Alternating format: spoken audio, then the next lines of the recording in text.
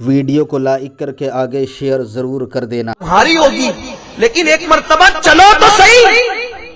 ابن الجوزی کو کسی طریقے سے پکڑ دکڑ کر لائے اور غوث پاک کی جو محفل تھی، کیا محفل تھی، ایک محفل میں 70 ہزار لوگ ہوتے تھے۔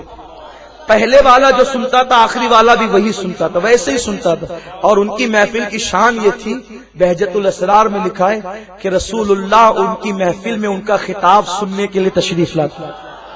اب سننے سے مراد یہ نہیں کہ علم سیکھنے کے لیے آتے تھے، معاذ اللہ یہ نہیں، بلکہ اپنے چہیتے لاڈلے بیٹے کی حوصلہ افزائی کے لیے آتے تھے۔ بلکہ یہاں انبیاء کی ارواح آتی تھی، اولیاء آتے تھے، اجنہ آتے تھے۔ ایک مرتبہ تو شیخ علی ابن ہیتی رحمت اللہ علیہ بیان سنتے سنتے سو گئے، غوث پاک ہاتھ باندھ کے کھڑے ہو گئے، پوری محفل پہ سناٹا، پیر مرید کے آگے ہاتھ باندھ کے کھڑا ہو گئے، پوری محفل پہ سناٹا۔ شیخ علی ابن ہیتی کی آنکھ کھلی، سرکار غوث پاک منبر پہ آئے، بیان شروع کیا۔ بیان ختم ہوا تو ایسی کوئی بات ہوتی ہے تو لوگ پوچھتے ہیں، تو پوچھا حضور آج آپ نے عجیب کام کیا، اپنے مرید کے سامنے ہاتھ باندھ کے کھڑے ہو گئے۔ فرمایا اس سے پوچھو کیوں کھڑا ہوا۔ تو شیخ علی ابن ہیتی سے لوگوں نے پوچھا کہ کیوں کھڑے ہوئے، کہا کہ میری آنکھ لگی، میں سو رہا تھا، میں نے سوتے میں دیکھا کہ مولا علی اور حضور تشریف لائے، غوث پاک کے خطاب کی محفل میں حضور اور مولا علی آئے ہیں، اور آقا علی سے کہتے علی دیکھو اپنا بیٹا کیسا خطاب کرتا ہے، کیسا بیان کرتا ہے۔ تو شیخ علی ابن ہیتی نے جب یہ بیان کیا کہ میں سوتے سوتے حضور کا اور مولا علی کا دیدار کر رہا تھا اور وہ غوث پاک کو بیان کرتا دیکھ کر خوش ہو رہے تھے، میرے غوث نے جوش میں کہا یہ سوتے سوتے جو دیکھ رہا تھا میں جاگتے جاگتے دیکھ رہا تھا۔ یہ میرے غوث کی محفلوں کی شان ہے۔ تو ابن الجوزی جو ہے آ کر کے کنارے محفل میں بیٹھ گئے، شیخ ابو العباس بھی تھے۔ سرکار غوث پاک کی محفل شروع ہوئی، کنارے دونوں بیٹھے ہیں۔ غوث پاک نے قاری سے کہا آیت پڑھو، قاری نے ایک آیت پڑھی، اس کے بعد میں بتا رہا ہوں کہ غوث پاک کو قرآن کا علم کتنا تھا، آصف ابن برقیہ کا علم، زبور کا علم تھا، لیکن کتنا تھا یہ بیان نہیں کیا گیا۔ لیکن میرے غوث کے پاس علم قرآن تھا اور کتنا تھا میں وہ بیان کر رہا ہوں۔ اللہ اکبر۔ ابن الجوزی بیٹھے ہیں، آپ فرماتے قرآن کی تلاوت کرو، قاری قرآن پڑھتا ہے، آپ تفسیر بیان کرنا شروع کرتے ہیں۔ پہلی تفسیر، جب پہلی تفسیر بیان ہوئی شیخ ابو العباس نے ابن الجوزی کی طرف دیکھا، میرا پیر یہ جو تفسیر بیان کر رہا ہے جانتے ہو تم؟ دیکھو کیسا علم والے تھے غوث پاک۔ ابن الجوزی نے سینہ تان کر خوشی سے کہا ہاں جانتا ہوں، حالانکہ بہت بڑے عالم ہیں، ہم ان کی عظمتوں پہ سر نیچا کرتے ہیں، میں ان کی توہین نہیں کر رہا ہوں، اللہ اکبر، ہم کسی بزرگ کی توہین کیا کر سکتے ہیں۔ انہوں نے کہا ہاں جانتا ہوں۔ پھر میرے غوث نے دوسری تفسیر بیان کی، پھر شیخ ابو العباس نے کہا اس کو جانتے ہو؟ کہا یہ بھی جانتا ہوں۔ تیسری بیان کی، دیکھا ہاں یہ بھی جانتا ہوں۔ اس طرح 11 تفسیر تک پہنچے غوث پاک، تو 11 پر وہ کہتے تھے ہاں جانتا ہوں۔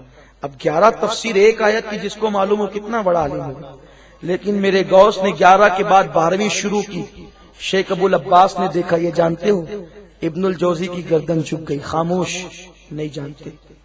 12ویں نہیں، 13ویں نہیں جانتے، 14ویں نہیں جانتے۔ ملا علی قاری لکھتے ہیں کہ غوث پاک رحمت اللہ علیہ نے قرآن کی ایک آیت کی 40 تفسیریں بیان کی، 12 کے بعد سے لے کر 40 تک ابن الجوزی کو کچھ نہیں معلوم تھا، عش کر رہے تھے۔ میں تو ان کو کچھ اور سمجھتا تھا، حق ہو کرنے والا خانقاہی سمجھتا تھا، لیکن یہ تو علم کے میدان میں وہ ہے جہاں ان کے سامنے ہم طفل مکتب کی بھی حیثیت نہیں رکھتے۔ جب 40 آیتوں 40 تفسیریں ایک آیت کی بیان کی تو میرے غوث نے کہا یہ تو بہت کم ہے، جو بیان ہوا، جو بیان ہونے سے رہ گیا وہ بہت زیادہ ہے۔ اللہ اکبر۔ اور فرمایا اب علم ظاہر کو چھوڑو، اب قال کو چھوڑو اور حال کی طرف آؤ۔ جب میرے غوث نے کہا قال کو چھوڑو، حال کی طرف آؤ، تو شیخ ابو العباس نے کیا دیکھا،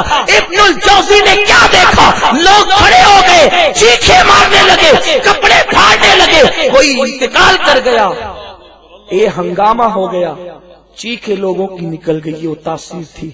شیخ ابو العباس کہتے ہیں میں ابن الجوزی کو ڈھونڈنے لگا، سنبھلنے کے بعد کہ گئے کہاں؟ جب ڈھونڈا تو پتا چلا کہ ابن الجوزی غوث پاک کے قدم کو پکڑ کر کہتے تھے حضور معاف کر دیجئے، میں جان گیا کہ آپ کی شان، یہ شان ہے علم قرآن میں غوث پاک کی۔ تو جس کو زبور کا علم ہو وہ پلک کے جھپکتے تختے بلقیس لا سکتا ہے، تو جس کے پاس قرآن کا اتنا علم ہو کہ ابن الجوزی جیسا قدموں پہ گر کر ان کی عظمت کا اعتراف کرتا ہے، کیا وہ پلک کے جھپکتے ہماری مدد نہیں کر سکتے؟ تو انہوں نے دونوں مریدین نے ہاتھ جوڑ کر کہا یا غوث الثقلین، ہمارا یہ پیر بگڑ گیا، اس نے آپ کا قدم لینے سے انکار کیا۔ یہی عرض کر رہا تھا، آپ کو یاد ہے نا، بھول تو نہیں ہے؟ سرکار آپ مدد کریں، توجہ فرمائے، نگاہ رحمت کریں، اگر اس کا ایمان آپ بچا لیتے تو آپ کی بارگاہ میں اس کو لائیں گے اور پھر آپ جو چاہے سزا دینا۔ ادھر سے خدا جانے کیا نظر ہوئی، کیا نگاہ ہوئی، ادھر ہاتھ میں جو خنزیر کا گوشت تھا ہاتھ کانپ گیا، گوشت نیچے گرا، شراب کا پیالہ پھینکا اور کھڑے ہو کر کہتے ہیں ایک لڑکی کے لیے کیا میں ایمان کا سودا کروں گا؟ اسلام حق ہے، اسلام، یہ نعرہ لگاتے ہوئے بھاگے۔ پیچھے مریدین آئے تو انہوں نے کہا میری آنکھوں سے پردے اٹھ گئے، دین حق ہے۔ کہا یہ آنکھوں سے پردے کیسے اٹھے؟ غوث پاک کے فیضان سے اٹھے۔ جو انکار کیا تھا ذلیل ہوئے تھے، اب انہوں نے کرم کیا ہے، اب چلو ان کی بارگاہ میں۔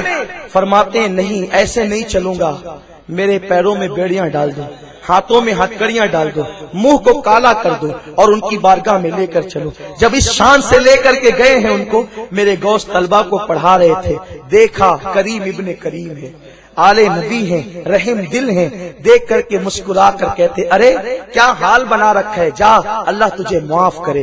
بس اتنا کہنا تھا، کیا حال بنا رکھا ہے، اللہ تجھے معاف کرے۔ اللہ نے ان کو ولایت دوبارہ عطا فرمائی۔ یہ شان غوث پاک کی، شکر کے جوش میں جو ہے وہ تجھے کیا جانے، خضر کے ہوش سے پوچھے کوئی رتبہ تیرا، نبوی ذل علوی برج بطولی منزل، حسنی چاند حسینی ہے اجالا تیرا، نبوی مہ علوی فصل بطولی گلشن، حسنی پھول حسینی ہے چمکنا تیرا، حسنی پھول حسینی ہے مہکنا تیرا۔ یہ میرے غوث کی شان ہے، میں کیا بیان کر سکتا، میں تو ان کے در کا گدا ہوں، بلکہ گداؤں کا گدا ہوں، غلاموں کا غلام ہوں، تجھ سے در سے سگ سے ہے مجھ کو نسبت، میری گردن میں بھی ہے دور کا ڈورا تیرا۔ اور کیا اعلیٰ حضرت ہے، قسم کیا پیش کرتے ہیں، اجازت کیا اعلیٰ، کیا کہتے ہیں میری گردن میں بھی ہے دور کا ڈورا۔ یہ دور کا ڈورا ہے لیکن دور کا ہے، دور کا ہی صحیح لیکن ڈورا ہے۔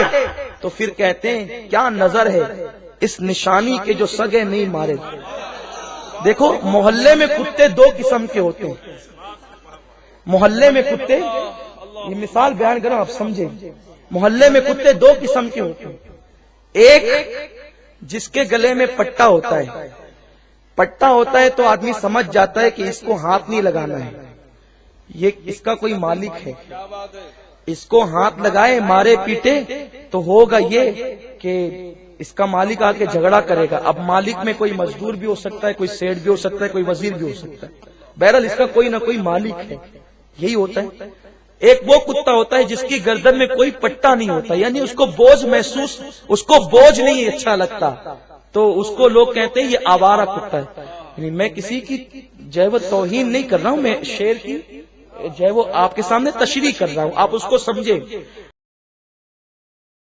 ویڈیو اگر اچھا لگا ہو تو لائک